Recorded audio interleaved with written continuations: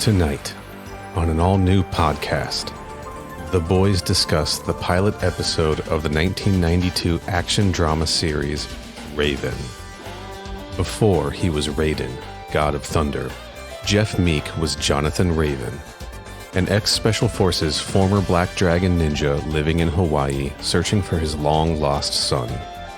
His journey leads him to a face-off with Osato, a Yakuza boss played by Cary-Hiroyuki Tagawa. Also, the $6 Million Man is here. All this and more coming up right now on MK Podcast in CBS Stereo, where available.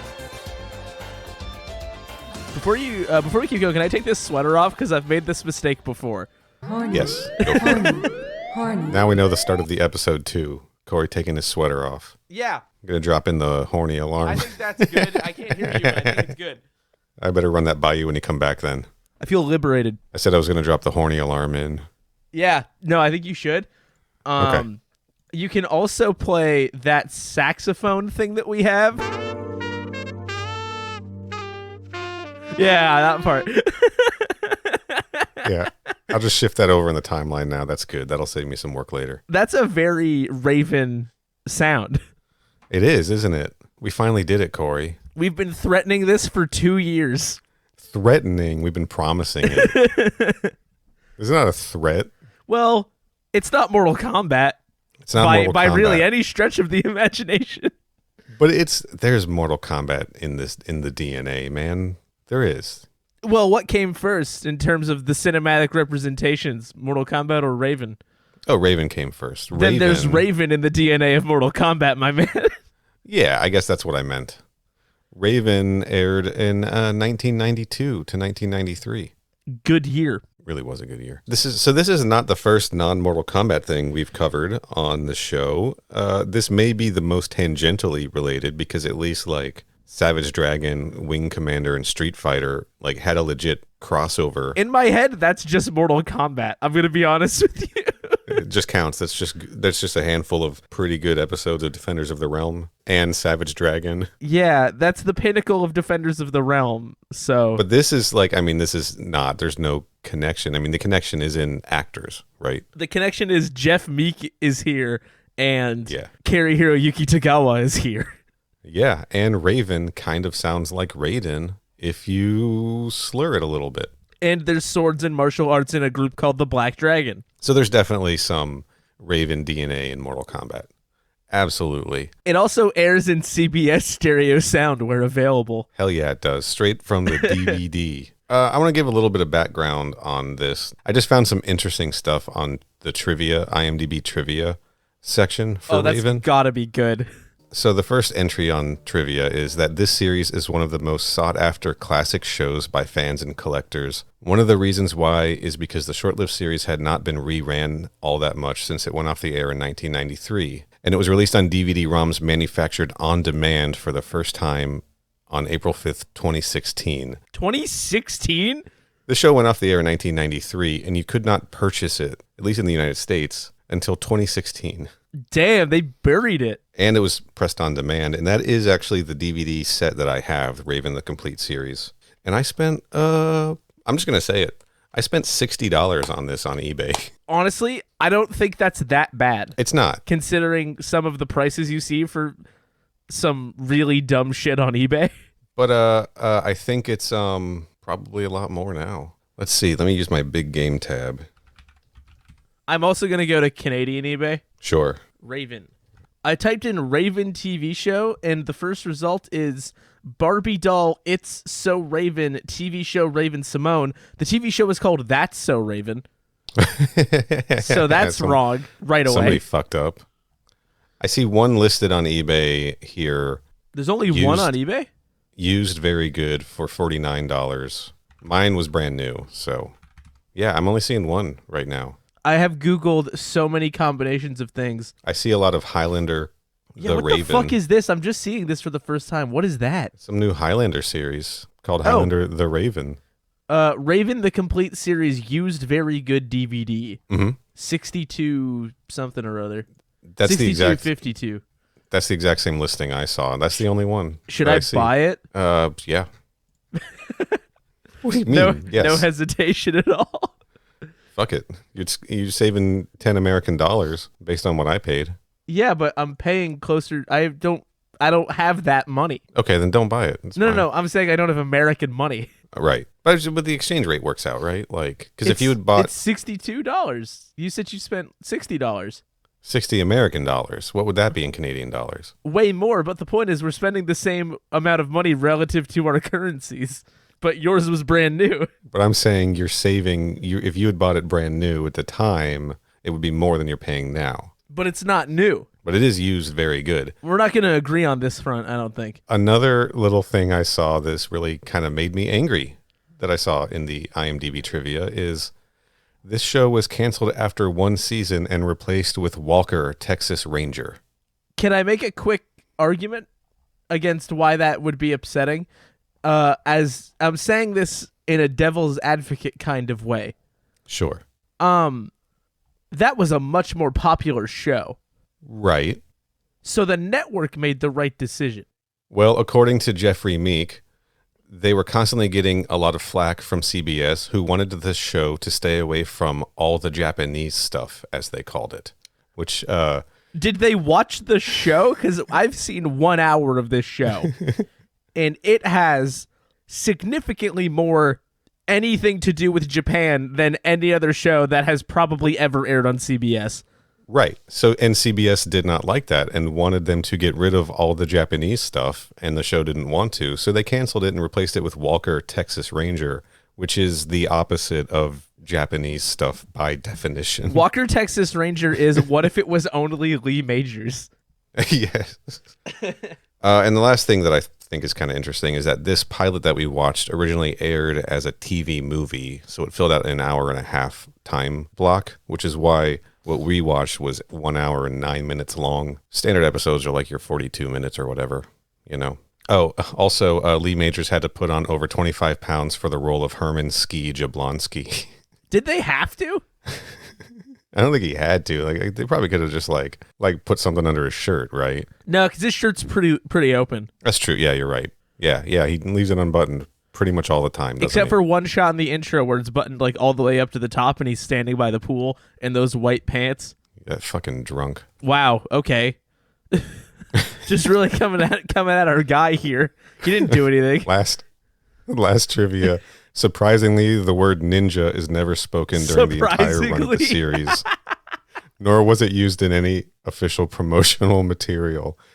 Wild for a show that is literally just busting at its seams with ninjas.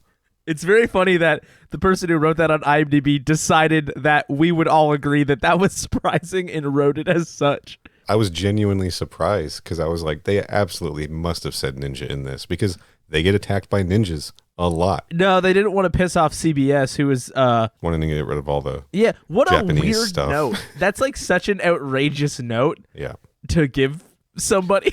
It's the same general thing that Jeff Loeb said about the Daredevil Netflix series of nobody cares about all of this Asian stuff. Did somebody cool say people that? Out there, man. Jeff Loeb said that. I don't know who that is. He's a comic book writer and was the head of Marvel's television division. Huh. So that's at least also writer of Hush, Batman Hush, I think. So there's 2 instances of racism to get us started. Mm-hmm. And it denied us many seasons of Jeff Meek as Jonathan Raven kicking ass all over Hawaii, which sounds like a perfect show. I'm going to be honest. For us specifically, I think. I think for anybody. Yeah, but I think it's fair to say that we're also kind of like baked in viewership, assuming it's 1993. And Mortal Kombat Conquest had already come out, and we had already done this podcast, but now it was 1993 again. I didn't know about this show until we started digging into Mortal Kombat Conquest. I had never seen an episode prior to buying the DVD sight unseen because it was the only way I could find the show, including, less official channels. I absolutely would have watched the shit out of this as a kid. Are you kidding me? I would have loved this. Just based on the description, or are you informing this based on having seen the episode? Oh, I've seen probably 5 of these total. And I would have absolutely, this would have been my favorite show As a kid. So do you Probably. like it? Are you giving the game away? I'm talking about how I would have felt as a child. Okay. Let's you want to dive into this a little bit more? Do you want to go over to like maybe your corner? I don't think we've ever described it that way. That's weird. Hey, do you want to go to your fucking corner, dude? You want to fucking figure this out in the corner? I mean, I guess. Are you ready to give a rundown of what happens in this? More or less. Are you prepared? All right, let's do it. Let's go over to the Cory corner. Welcome to the Cory corner. I heard that whole thing that time. Yeah, I have adjusted that some almost settings. never happens. That's all I'm saying. You know what I mean? Yeah. Okay, so we start with Jeff Meek in a Jeep with a very nervous guy. Oh, yeah. The most nervous guy who's maybe ever lived. And they are going to a drug dealer's house to find somebody who may or may not be one of their sons that has run away from home. Mm-hmm. And to sneak into this facility, he employs the services of a local sex worker to act as a decoy. Yeah, he endangers the life of a sex worker. He does do that. So he's like, hey, Esmeralda is what I'm going to call you. Yes. In his defense, she said whatever name, so he's not just dehumanizing her further. But he's like, hey, I need to get in there. Here's some money. We're going to go figure this out. So inside of this apartment, there's the two most stereotypical drug dealers you've ever seen in your life and a single child. And he's watching some movie with James Darren in it. Gidget Goes Something Hawaiian. like that. Nobody knows what that is. And this kid has been running drugs for this drug gang, I guess. And there's a knock at the door, and they're like, oh, it's a hot babe at the door. That's cool. And then they open the door, and Jeff Meek is at the door. And he says, Yeah. I look different through the peephole, don't I? And he Pretty fights good, right? them, which we'll address later. And he's like, hey, I've rescued this kid. It's not my kid. It's not the kid of the guy he was with either. So It's just a kid. It's unclear whose kid it was, but the kid is now in the care of Esmeralda, I guess. And that is considered case closed. Yeah, well, he tells her to send him, take him home, get him some food, and Right, take him home. but she doesn't know where that is. But the kid presumably knows where that but is. the kid ran away. How do we trust this kid? Good point. That's all I'm saying. Yeah, Raven's maybe not doing his due diligence, is he? Cut to his day job, which is perhaps more accurately described as his night job, where he's a bartender in this like swanky club with a boss named Ken. And Ken is like, Yep. hey, I'm going to put this gun in this drawer. I need Jonathan Raven to come talk to me. So what? It's just so Is funny. anyone I've said I don't wrong know. yet? No, it's 100% accurate. And then- but hearing it told back to me is hitting different. And then Jonathan Raven is talking to one of his coworkers. And he says, I know I'm going to have a couple anecdotes in this Cory corner that I don't usually do, but it's important. Her name is, I believe, Susanna. And she says, more or less, he's like, can't this wait until we close? And she says, why put off something you can do right now? And this woman appears to be Asian American. And he says in response, you start stereotyping yourself when you talk like a fortune cookie. Yeah. And then she says, well, I'm not Chinese, I'm part Chinese. And then he says, which part? That's just what he says. And then he goes to talk to his boss. Uh-huh. So the boss just wants to help him. I guess the boss is catching wise to his kid rescuing daytime habits. His vigilante crusade to rescue kidnapped children up to the point where he finds one particular child. Right. At least. So what we discover here is that he is in fact looking for his own son, and the mom in this equation is no longer alive. Now, it's very nice that the boss wants to help, but the show now wants to cut to Cary-Hiroyuki Tagawa reveal. Yes.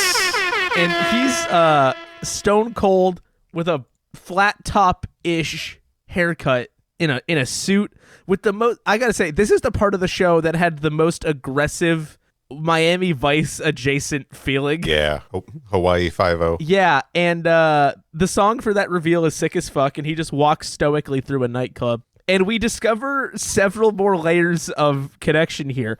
So Jonathan Raven's boss is the son of the former head of the Tanaka Yakuza clan in Japan.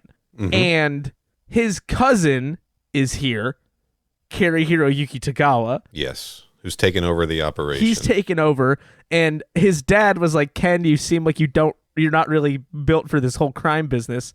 And so Ken was shipped off to Hawaii and has since become an above-board businessman. Cary-Hiroyuki Tagawa, who I keep saying that because his actual name is escaping me. The character's name? Osato, thank you. Osato's like, go fuck yourself. I'm Osato, motherfucker. Your soul is mine. Everything you do is clan business still, despite however you feel about it.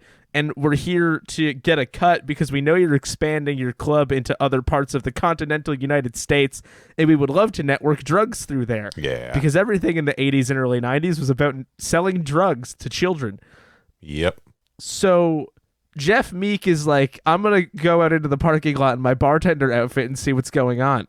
And by see what's going on, he means I'm going to kick everybody's ass.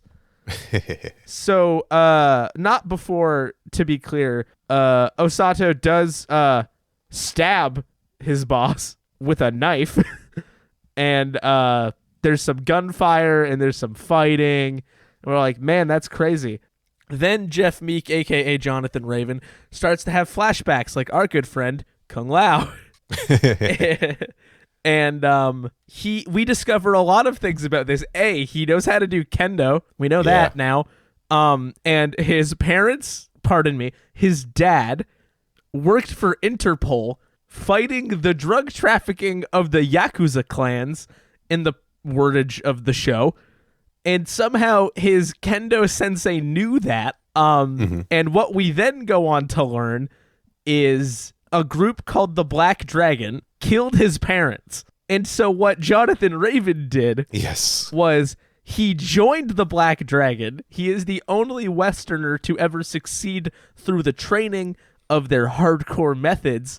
And then, not unlike some real Mortal Kombat shit, he waited until a bunch of people left and he killed everybody. At his graduation ceremony from like Black Dragon School, I imagine, he just started murdering people. Some real like Bruce Wayne shit from Batman Begins, right? So we know that the Black Dragon want to kill him and his son to get vengeance for that time.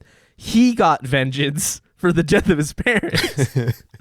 Yes. And the problem is they don't know where his son is, and neither does he. And they didn't know where he was either. Until now. That's the thing. He's back on the radar. Osato is like, oh, Kenneth, you've blown this shit wide open, my man. Osato was like, Jesus Christ, it's Jason Bourne. And then it becomes more about Osato is like, I'm going to get Raven and give him to the Black Dragon, and it is going to suture some wounds, and it means that he can be the most powerful Yakuza leader in Japan because he will have an army of Black Dragon ninjas. And if that doesn't sound like Mortal Kombat, I don't know what does. I know, right? So while that's happening, though, they are still interested in fucking with his boss, Ken, because they do still want to sell all of those drugs. So we discover that Ken's daughter is flying to Hawaii from Switzerland psychiatry school. And Jeff Meek is like, don't worry, I'm going to go to the airport and pick her up. Everything's cool. Unfortunately for him, the airport is filled with loitering, ascot-wearing airport thugs. Yes. That are in vests, and some of them are shirtless, and they have guns. Yeah. And so, without deciding to explain anything to Kim, right. That really his boss's daughter, she just thinks she's being kidnapped because they start getting chased by thugs, and he has not explained really himself or who he is or why he's doing what he's doing. Yeah, she's like, two groups of people are here trying to kidnap me right now. One of them, all he said is, I know your dad. Like, I imagine a lot of kidnappers say that they know people's dads. Yeah, I'm a friend of your parents. They told me to pick you up, etc. Candy's in this van. Puppies, free candy. So there's a big airport scuffle of sorts. He fucks everybody up. They get home. And then we learn more. I jumped around a bit, but we learn more about the connection between Osato and the Black Dragon and calling them in and whatever. And then Jeff Meek is like, I also need reinforcements. Enter Lee Majors. Enter the $6 million man. And he is in Oklahoma, I believe. Yeah, Tulsa? I think he said Tulsa, right? And he's a man who was in the war. It doesn't matter which one, whichever one that means to you, he was in that one. Probably Vietnam, right? Desert Storm. Yeah. Probably Vietnam, I think. He was going to be in the war when it happened. And I don't know what prompted me to make that joke. I don't know. It's funny, though. And he's got a closet. Because that would have been like a month earlier, right? Yeah. So it would have been alcoholic, like 55-year-old fully drunk Lee Majors. 55-year-old Lee got Majors. the Medal of Honor during Desert Storm. And he's got a closet full of guns. Yes. And he's gonna go fly to Hawaii with 5. I counted 5 guns on his person at any given time. Yeah, because that's a big thing. 'Cause like the 2 instances, right? In 1992, he just packs 5 guns and goes to the airport because it's 1992 and you can just do that. And then there's thugs running around the airport with guns because it's 1992 and you can just do that. Yeah, the craziest thing is that we didn't have to see the scene of Jeff Meek going through security. Right. It's like a weird pre 9/11 time capsule. Just guns, like fucking just guns bouncing around an airport like crazy. Yeah. So Lee Majors gets to Hawaii. Not before, I should say, Jeff Meek does do a second sleeper hold on a random stranger and steal his van. Yes. So they can get home. So I do want to just illustrate the degree to which this goes very quickly from a guy is looking for a kid to like he's committing a lot of crime. Yeah. But he left money behind for the guy that he put in a sleeper hold. And left in a random field. So it's okay. You know, he's an anti-hero, right? He's got morals. And he's real smarmy. He has a catchphrase that he says, I think 5 times. See how easy life can be? Yeah, that's it. Yeah. See how easy life can be? Like he said it once and I was like, okay, he said it like a catchphrase, but he's only said it once. And then he said it 2 more times and I was like, I think this might be his catchphrase. And by the end of the show, he had said it a 5th time. And I was like, it's been an hour. It was like the last line of the episode. How does that compare to Lee Majors' catchphrase of, I think I have got an ulcer? I think he said that thrice. Yeah, but that's 3 times. Yeah, it sure is. I hope he doesn't have an ulcer. That sounds like it sucks. I think he's got an ulcer. I don't know. I've never had one. I'm 24. Fuck you. Wait till you hit 30, motherfucker. Climate change will ensure I do not. There you go. Also, Coke Zero Sugar Cherry energy drink not being on the shelves. probably gonna reduce the risk of ulcers in a lot of people. So Lee Majors is here as backup, and the long and short of it, just to get out of the Cory corner here, because it's been a long one, is this all builds up to a warehouse confrontation between Jeffrey Meek, Jonathan Raven, Lee Ski Majors, and Osato, and the Black Dragon, and like Yakuza thugs, and Kenneth. His name's not Kenneth, but I just called him that. Kenny. And Ken betrays Jonathan Raven briefly at the behest of Osato, and then he gets tied up and drugged and escapes, and then has a sword fight with the Black Dragon. Meanwhile, Lee Majors also tied up, also getting beat up, also escapes. Kenneth, I keep saying Kenneth, I don't know why, it's just in my brain now.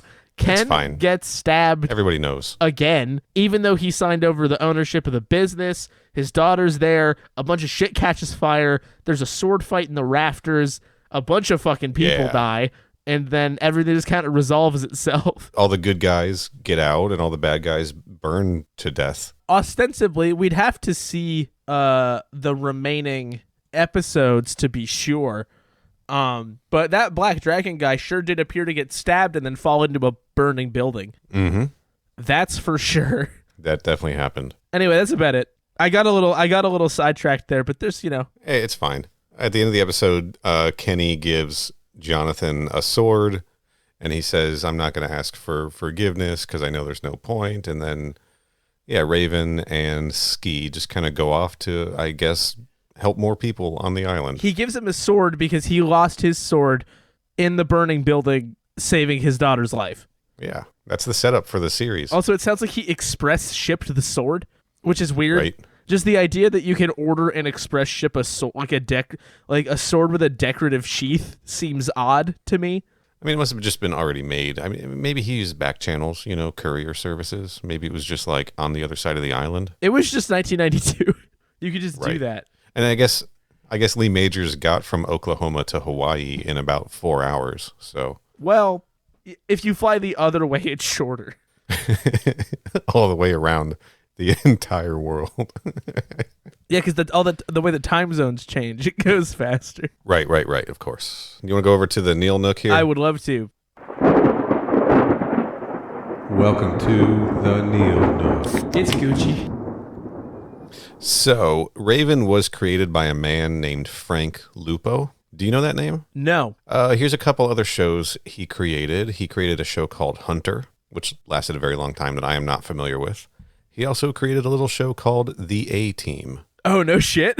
Yep, Frank Lupo created The A-Team. He also wrote this episode, and he wrote one episode of a show called Painkiller Jane, which stars Kristana Loken from Mortal Kombat Conquest. I've heard of that. It was directed by a guy named Craig R. Baxley, who just, I think, directed a whole bunch of episodes of The A-Team and Hunter and a bunch of other TV shows and stuff. Right, one of those inside baseball kind of situations. We've got Jeff Meek as Jonathan Raven, Lee Majors as Herman Ski Jablonski, Clyde Kusatsu as Ken Tanaka, a.k.a. Kenneth, James Liu as Jiro Yamashita, who is the main Black Dragon ninja that's like there to kill Jonathan.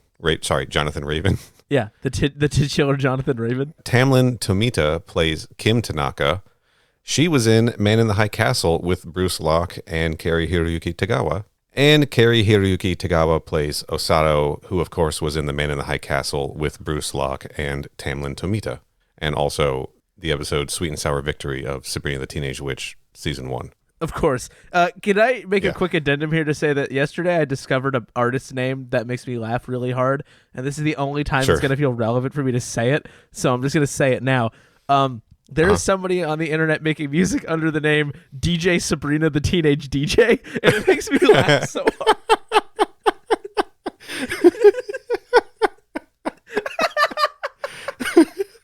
And I liked it. Just to be clear, I liked it. It was good? What was it? It was good. You have to send me some of that. Yeah, don't worry. That one of their albums is 3 hours long. There's a lot of DJ Sabrina the Teenage DJ to go around. Jesus Christ.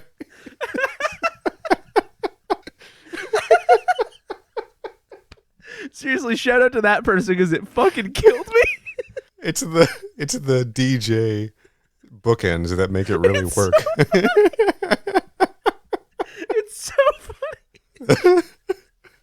That's too funny. It's like, if you called him Raven Jonathan Raven. Well, I guess that's the James Bond thing, right? DJ Sabrina the Teenage Raven. Are they on Twitter? I want to follow them from the podcast account. I don't know, probably. DJ Sabrina the Yeah, they are. All right. Wait, their location is Other Realm? That's the Other Realm. That's where Sabrina They should come on the show. I think this means we have to do the Cary Tagawa Sabrina episode. We've talked about it enough at this point. Sorry. I've talked about it enough at this point. What did you think of Raven, Return of the Black Dragon, Cory? Oh, and I have to go first? Wait, hold on. You're done? That's the whole Neil Nook, yeah. Do you know who made the music at all? I go find out in just a second, because the music does fucking The music's like weirdly good. Series music by Christopher Frank. Okay. Christopher Frank also composed the music for Universal Soldier. Based? Okay. The Squid and the Whale. He's on the soundtrack for that. I don't know what that is, but okay. He composed the music for CBS's The Amazing Race and Big Brother. Okay. And music for Hunter, Babylon 5, 18 Wheels of Justice. What the fuck is that? Anyway, he's got Tangerine Dream down to a science. He also did the music for Walker, Texas Ranger, Trader. Not unlike Raven Jonathan Raven. Let's continue on. I loved is maybe strong. I had a lot of fun watching this. You finally used words I'm comfortable also using. It was really fun. I had a lot of fun. The aesthetic is good. The acting is very good. Jeff Meek really showing his chops here. You can kind of see there's a little bit of Conquest Raiden in it, and I think that's just the Jeff Meek charm, right? Yeah, but the characterization is also such that I expect this character to be doing these things, and I don't find it aggravating. Yeah, and I think the difference is that Conquest Raiden is a little detached, right? But Jonathan Raven is like really invested in actually helping people, you know? Right. So like even if he's keeping people at a little bit of a distance, that cockeyed sense of honor he has. Yeah, which was a weird thing for Lee Majors to say. Another thing Lee Majors said right before that, I don't know what you learned growing up in Japan, but it's screwed up. Yeah, well, there's definitely what the fuck? Problematic casual racism in this. Did CBS want to get rid of the Japanese stuff because they were being racist? Because I guess that I could agree with. I don't know, man. I think that it was just. Well, Lee Majors is not being presented as a guy who's maybe the most cool and understanding, so I get it. I'm not saying that shows can't have bad things in them. And he's coming off a 2-year drunk, right? But like think about like all the shitty stuff that like Zero says as well in Conquest about particularly women. Right. And he grows out of that more or less eventually. Yeah, we'll have to see what happens. I should keep saying Lee Majors like it's the guy. Ski. Yeah. Call him Ski. Yeah, man. I thought it was fun. I will watch more of it. I think they kind of went all out on this. So there's probably a little bit of a drop off in the episodes afterwards, you know? Yeah, I would watch more of this. It makes for very easy viewing. And like you said, I think the actors that are here are doing a good job. They've got a lot of like fairly high level talent considering this is like a CBS show. Yeah. And the aesthetic they have nailed, perhaps because obviously it was contemporary to the time, but it is the cheesiest, most turn of the 80s Miami Vice ass shit. Yeah. And it's great. The aesthetic they've got handled. The music, genuinely great. Just genuinely great. And I'm not embarrassed to say that. It reminded me of like you ever fuck around with like 80s anime? Sure, we all do. It's very strong, like that same sort of like synthy, you know, music. I liked it. And I liked it a lot. Yeah. It gave me like major like old school anime. Majorly Majors vibe. And I loved, and like, let's be real, there's so many fucking tropes in this, right? Like, it's got it all. It's got all of it. Like that final in that warehouse fight when he's up on the catwalk fighting Jiro. Where's my note? It says, where's my snare? Classic catwalk sword battle in a burning warehouse, straight out of basically any Brandon Lee movie, but more specifically Rapid Fire. And also straight out of Star Wars. Yeah. Anything really at the time. I suppose that wasn't a warehouse. Pretty sure Showdown in Little Tokyo ends very similarly. And you know what? Also it's fucking Brandon cool. Lee I get it. And like Cary Tagawa. It rules. At the risk of sounding kind of weird, I think that this show benefits a lot from having what I would describe as weeb shit in it, which is not just stuff that's Japanese, but it's a specific way of showing things that are specifically Japanese.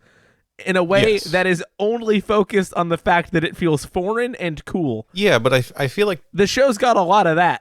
There was an attempt, like Jeff Meek talked a little bit about that too in interviews and stuff, that he like wanted to lean more into like that kind of stuff, and there was pushback from the studio, like we already kind of discussed. I think that what they do show they are taking seriously. They're not doing it as like a like Lee Majors there is, I mean, yeah, he's making jokes because it's weird to him, but like they're not making fun of and I don't think they are. Japanese That's not what I mean. culture, but what I mean is like if you're a viewer, I feel like if you're an average CBS viewer in 1992 and you're seeing this, you're probably thinking, oh, they've got the cool stuff in it. Like No.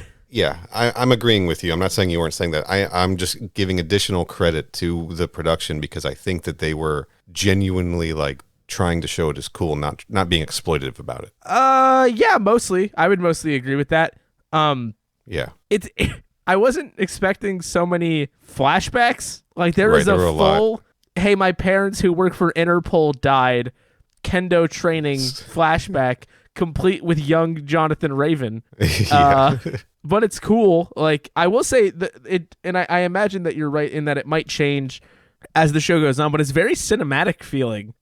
It's got the trappings of a movie in parts. There are certainly parts where it's just like we're cutting between two people talking in a room and this is what television is, but it's got its moments and it feels like it has a style. It's a style that's been done, but it's a style that feels present. Like it's that cheesy TV, like you're picturing the right thing if you're picturing kind of cheesy, actiony, like cool guy show for want of better descriptive words. That scene in Osato's office, I guess, where he's just sitting, it's like dark and he's just sitting in front of the big fan and the lights coming through. Do you remember that? Yeah. The funniest thing about that scene to me, though, is that they're trying to be cool and serious, and there's a giant fucking computer on the corner of the desk that looks the most out of place it could possibly look. Yeah. You know, it's small for the time. Is he playing Minesweeper on there? Like, what's he doing? Why is it in the fan room? He's probably got like a floppy disk. He's playing Doom, you know? He's playing MUDs. I don't know. What's I don't know what MUDs? those mean. It's an acronym for something. I was hoping you would know so I wouldn't have to explain it because now I have to Google it. We can also just edit it out. We're here. A MUD is a multiplayer real-time virtual world, usually text-based, according to Wikipedia. I guess multi-user dungeon is what that means. Okay. Tight. Now, here's the thing. I don't know. Okay, so the first one was in like 1975, so the computer could definitely do it. Yeah. Anyway, this joke isn't funny because I didn't really know what I was saying. And I was hoping you would know, and then we could just laugh and move on. He's playing Mortal Kombat Federation of Martial Arts. Sure. He's checking his fighter stocks. What did you think of Jonathan Raven? The one thing that doesn't make sense to me is why, I guess they try to tackle it with him like snapping into like getting off the booze and getting back into like doing his job. But like the Lee Majors as the sidekick thing, it just felt kind of irresponsible for Jonathan Raven to call in backup that is his alcoholic war veteran buddy. No, I think it was clear to me that they've done this kind of thing before. And he got there and didn't really do anything because he was in charge of protecting Ken and Kim, who are then immediately attacked by ninjas. To be fair, nobody was anticipating ninjas. That's true. I guess at that point they didn't know that the Black Dragon was involved, did they? You're right. I did like the scene where during that ninja attack, he pulls a gun and the guy kicks it. So he pulls another gun and the guy kicks it away. And then he just pulls a third gun out. He just had three guns on him. The second time that happens, because it happens twice, he pulls out one gun, a second gun, a third gun, a fourth gun, and the fifth gun is on his fucking ankle. Also, when he's in the strip club, and he's sitting and he's like, Jonathan Raven makes some fucking snide remark about it, but he has a hole cut into his blazer with a gun pointing out the back, which is not fun. even You're practical. Right. Like, are you fucking, are you walking around with rear view mirrors? Like, how does this make any, what are you doing? You're a walking liability, Lee Majors. You know, you're right. You're selling me on this. It is a fun addition, right? Oh, yeah, it's fucking hilarious. Are you kidding me? Yeah. Also, I think Jeff Meek is having the time of his fucking life. Yes. he is eating this up. When he walks into the drug dealers at the beginning, and like the drug dealer had like miscredited the actor. Yeah, it's James Darren. He was saying Bobby Darren? Yeah, he's like, Bobby Darren, hell of an actor. And then Jeff Meek comes in, he's like, oh, Gidget, I love James Darren. And he's like, it's Bobby Darren. And then the TV goes, we'll be back to Gidget Does Hawaii with James Darren. And he's like, gotcha, motherfucker. Yeah, he is like one-liner central in this show. But it's not annoying. No, because they characterize him that way. So it's fine. He's just a guy who knows he can kick everyone's ass, and he's confident about it, and that's fine. And he's just living La Vida Loca, man. He's got some darkness to him, but too. He's got some darkness to him. Like, so he meditates. He's got a back tat like Ben Affleck. Yeah, he does. He's got a sword like Ben Affleck. I will say we should have done an outfit count for this guy because there are 2 instances where he randomly ends up changing shirts between cuts and lots of time has passed for no clear reason. Like when Ken goes to tell Kim that he's like Yakuza dad, Jonathan Raven is in a different shirt than he was in before, and it's nighttime now. Sure. But they were just out in the driveway, and it was daytime. Right. Well, he had to get out of his, he had his rescue shirt on for the airport. And then later, they do clarify this one, but my notes call it out, even though they clarify it later. But when he goes to get his sword to go to the warehouse, he is suddenly in like this all-black outfit, and it's like, yes. You were just walking into this room. Like, They didn't show us the part where he like stripped down and changed his clothes. they could have. Cowards. That's all I'm saying, you know? I mean, I'd watch it. Who among us wouldn't? But anyway, yeah, no, I think the show has a lot of really great stuff in it. There's a part before they get to the nightclub in the beginning where they have just like a kind of a montage of like the night skyline and like people's legs and like people in the bar. And I describe they're setting the mood as it's foreplay. Cheesy, rich, yuppie opulence. That's the vibe. They found the B-roll footage from Red Shoe Diaries and just that's the vibe. And then they're like, what if it had swords? Silk Stocking's probably a better reference. What if Silk Stocking studied the blade? It's Raven. I bet there has been a ninja episode of Silk Stockings. I'll look into it later. Also, Cary-Hiroyuki Tagawa, consummate professional that he is, showed up like he had to convince the audience he was personally going to kill them. Dude, when I first watched this, I don't know if you remember, when I got the DVD, I popped this in, I started playing it. I didn't catch his name in the credits or anything on the intro. So when I got to that scene about 10 minutes in where he's walking into the club, you lose your mind. I lost my fucking mind. I paused it. I took a photo of my television and sent it to you. Do you remember that? Yeah. Yeah. I was like, oh my, and I stopped watching it because I was like, I don't know anything else about this until we decided to do it for the show. But then obviously I watched it since then anyway. But I was like, I cannot fucking believe he's in this. Yeah, it's wild. And he's really great. He's this whole other really excellent, sinister vibe. He's more intimidating here than he is in Mortal Kombat. Yeah, totally. By a lot. And maybe because this is the real world and magic isn't real. But like, I think he's really good. At first I was like, oh, I think it's cool that the show isn't subtitling the Japanese. And then once the Japanese became relevant to the plot, they decided to subtitle the Japanese. So can't give it that. But no, I think he's really great. And this was like a year after Showdown in Little Tokyo, where he played a very similar character, a Yakuza boss in that. But in that, he was like much more of he wasn't even like a martial artist in this. He had like a dagger and he stabbed people and he sent other people to do his dirty work. He could throw it though. That could mean mean a lot of things. What? Okay. But could mean a lot of things. All right, settle down. Am I wrong? You're not wrong. But it was interesting because we see him in a lot of more martial arts focused roles, like Showdown in Little Tokyo, Mortal Kombat, Sabrina the Teenage Witch, what have you. And in this, he was just more of like the boss, like the business boss guy. Yeah. Right? He wasn't getting his hands as dirty. It was clean suit, gold watch. Which I thought was interesting because Lee Ski Majors is the one who fights Osato at the end of the episode, not Jonathan Raven. Because Jonathan Raven is fighting the Black Dragon. Is busy fighting Jiro from the Black Dragon. Yeah. So it was just kind of cool to see him in a role that's similar to other things, but different, I guess. I don't really know what I'm saying. You just kind of see him show up and you expect him to be like the evil martial arts dude. Yeah. I like seeing a little bit of range from him. Yeah. Also, speaking of the martial arts, I honestly, that's one of the bigger complaints that I have. The fight choreography or the way it was shot? Mostly the way it's shot and cut. It cuts constantly. And it makes it really hard to... Like, you're following what's happening, but you're not really seeing it happen. It will also repeat shots, I felt like. Like, it would be a cool move, and then it would cut to a different angle, and, like, the cool move would happen again, and then they would continue. I feel like that happened even as early as the fight with... the parking garage? Well, no, like the drug fight. The drug guy Oh. fight, and that dude gets thrown like through a table, and they're repeating cuts.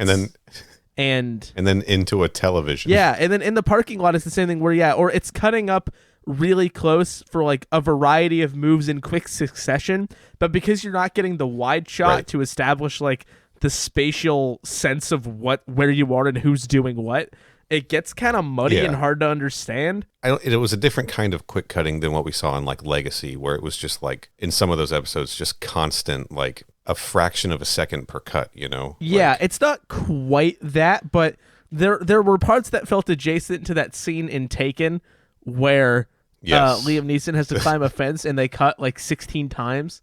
Did I show you the I think the YouTube video of him climbing the fence for 20 minutes? Something like that. No, you didn't, but that's really funny. It just keeps repeating all the cuts. Yeah, I have multiple notes that just say the combat cuts too fast. But it was like weirdly typical for a lot of, lower budget being television. It was kind of a style of shooting those things back then. We got better at filming action as we started filming more and more martial arts stuff. But no, I totally get it. I'm interested to see how the fights hold up in future episodes, or if there's the same amount, or if there's less, or if they're going to go for like more of a Conquest route where there's maybe going to be like one early fight and then one bigger fight at the end, you know? And just how they handle the action. Yeah. Are you going to watch the rest of it? I'm going to watch some more of it for sure. I'm going to rewatch what I've already watched because I'm kind of like jonesing for it now. And I don't know, Corey, would you want to watch another one ever? Yeah, I would watch more of this. I actually, okay. I have a note in my notes. I guess that's where it would be. Yeah. Where is it? I would do a podcast about this, is what one of my notes says, which I guess is good because that's what I'm doing. But, also, one more funny line I want to say. When he describes Osato as the very polite import-export king.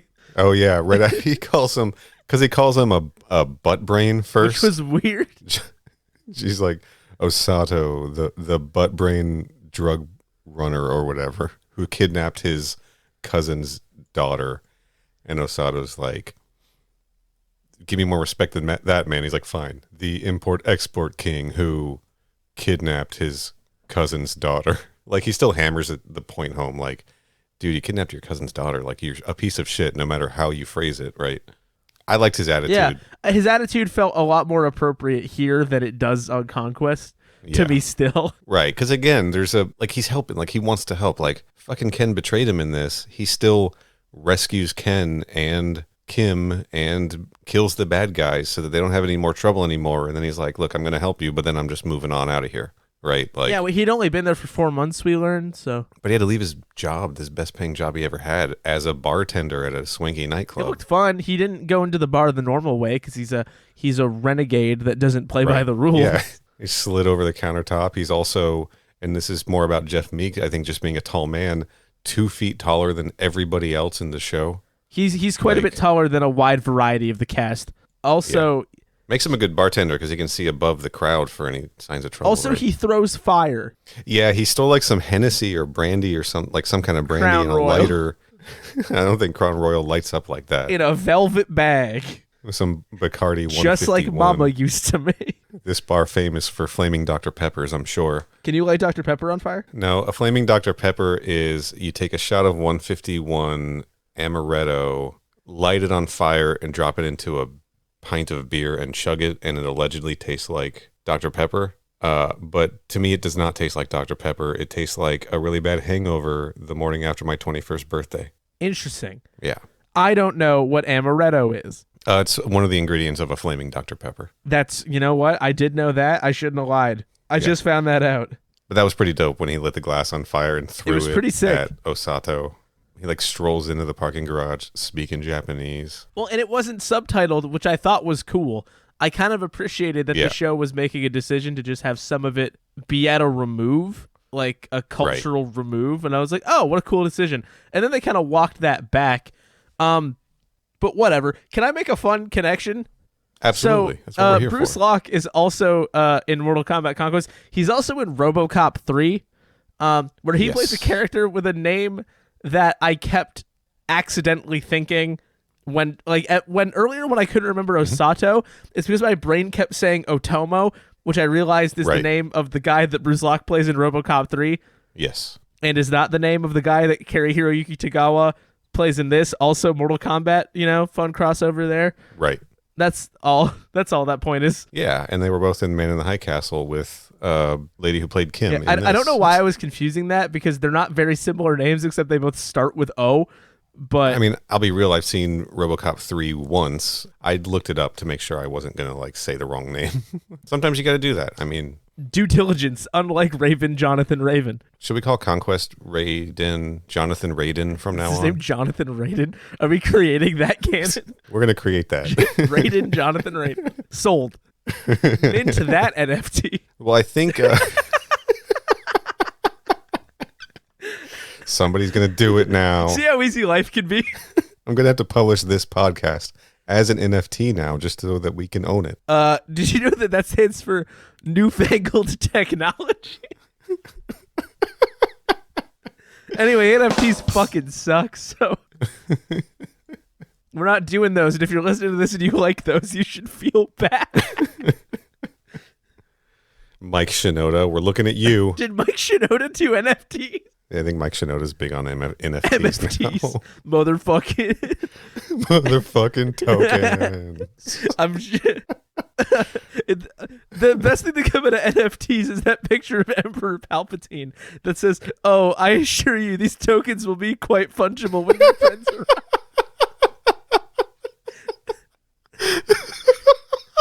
Has you not seen that? No, I haven't seen that. Oh, it's really good. It's really funny. Oh, God. That is really good. Anyway, the music on Raven's really good. I wish they would put it on vinyl. The casting is good. Jeff Meek killing it. Cary Tagawa killing it. $6 Million Man is there. What is that? What you keep saying that, and I don't know what it means. It's an old show where Lee Majors plays a man who is like worth $6 million. He's like the Bionic Man, right? It's the Bionic Man thing. Oh, we can rebuild him faster, stronger, etc. He'll be worth $6 million. The thing that Robot Chicken, makes a lot of skits about. Sure. Yes. They still make Robot Chicken? Probably. I watched that when I was like a kid, so probably. As opposed to now when you're not a kid. In the legal sense, I'm not a kid. Right. Like societally. The opening credits for Raven fucking rule. They're pretty good. Also, I think it's the longest credit sequence for a series like this with the most montagey bits that features hardly any actual characters. It only features Jeff Meek and Lee Majors. It's Hawaii B-roll, right? And it's like beaches, hot babe it's B-roll. Sunsets, it's clubs, and then it's like women in bikinis while like this guitar riff plays, and then like the credited names are Jeff Meek and Lee Majors, and that's it. Yeah, it's weird because there's a lot of montage before Jeff Meek even gets his credit. There's just a lot of mood setting. It also sets you up for something you're not going to get, because this was not a bunch of women in bikinis. Like there was one exotic dancer who was dressed fairly conservatively for a 90s television show, and that was it. But like you watch the opening credits, you're like, oh man, he's going to be on the beach with these babes. Like you get like Baywatch vibes, right? You get Pacific Blue vibes. But that's not the show you get. You get like a interesting action drama about a man who is searching for his long lost son, who I'm not even convinced he met before the son went missing, because he's reading that letter from the mother of his child. I don't know what, I presume it's his wife, where she's like, by the time you read this, your son will be born, or something like that. And that's like all the information we get. Yeah, it does a lot of table setting for like future stuff. We don't know that he ever met his son. I think we have to watch more of it. Okay. We got some Mortal Kombat stuff we got to get through first. Yeah, well, we'll give it another 2 years. Well, we got to do our commentaries. We got to talk about these Mortal Kombat comic books. I think we can squeeze a few more Ravens in here and there. Do you feel like we've discussed Raven Return of the Black Dragon enough for this week? I think so. Like, it's not rocket science, right? Like it's in a lot of ways it's what you think it is. It's pretty cool. It's very of its time, and it's very watchable. I think if you're a Mortal Kombat fan, you will like this show if you can get a hold of it anywhere. Yeah, if you can find it through means and methods, I think you'd have fun. I think so too. Maybe we should start an online petition to get a Raven re-release. Get it like put on Blu-ray? Like Netflix or something, right? No, because then they might just mint it as NFTs. Hashtag put Raven on Tubi. Or not Tubi. Hashtag put Raven on Crackle. Because that's Sony's thing, right? I have no idea. I'm going to check to see if it's on there. What if it's fucking on there? There's no way. You can stream 2 seasons of it. It's 1 season. They just put it in like 8 and 12 or whatever. Are you serious? It's been streaming this whole time? On Fubo TV or on Plex. What are those? You made those up. Fubo is like an over-the-top cable television over internet service that's extremely expensive. Okay. And then I don't really know what Plex is. I think it's people hosting like media servers with stuff on them. So anyway, maybe it's out there. If you're a Fubo TV subscriber, go watch some Raven. Sold. If you know how to work Plex, tell me how to, and then go watch Raven. Next week, we're going to do commentary on Mortal Kombat Conquest Episode 3, Cold Reality. But the week after that, Corey, I think it's time for us to start reading some comic books. Okay, sure. I'll do that. Yeah. The Malibu Mortal Kombat series, Blood and Thunder. I don't know how we're going to divide those up yet. I'm going to work on that between this week and next week. So we'll let you know next week. I've recently learned how to read, so I think this will be a big deal. Tight. For now, though, I think we should hop into our Jeep and drive off because I think I'm getting an ulcer. I blanked on what the catchphrase was for a second there. The other one. Hang on, let me find it in my notes. Where the fuck did I put it? See how easy life can be. Fuck, no, it's hard. We'll fix it in editing. See how easy life can be? Corey, where can people find you if you want them to harass you about how much you hate NFTs? I'll just block them. I don't care. You can find me at fucknfts.org. You can find me on Twitter at Mr. Corey Price, and you can listen to the other podcast that I do. They made another one with our friends Liam and Mitch. This week's movie is an extremely Mitch pick. We do sequels and remakes and all that kind of jazz. We were talking about the 1954 Douglas Sirk romantic melodrama Magnificent Obsession with Jane Wyman and Rock Hudson. Now, Neil, you're laughing. Spoilers, that movie's great. That movie fucking rules. However, it is like the third best Douglas Sirk romantic melodrama, in my opinion. So the guy's all killer, no filler, you're saying? So far, because I would say the best one is All That Heaven Allows. Okay. Which also has Jane Wyman and Rock Hudson. And then it's Written on the Wind. And then it's this. Mm-hmm. And I have not seen Imitation of Life yet. But you can hear us talk about that more if you want to palate cleanse Raven out of your mouth with something very different.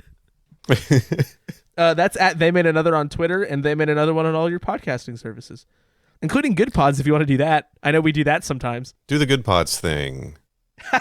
Do the Good Pods thing. New sounder. All right.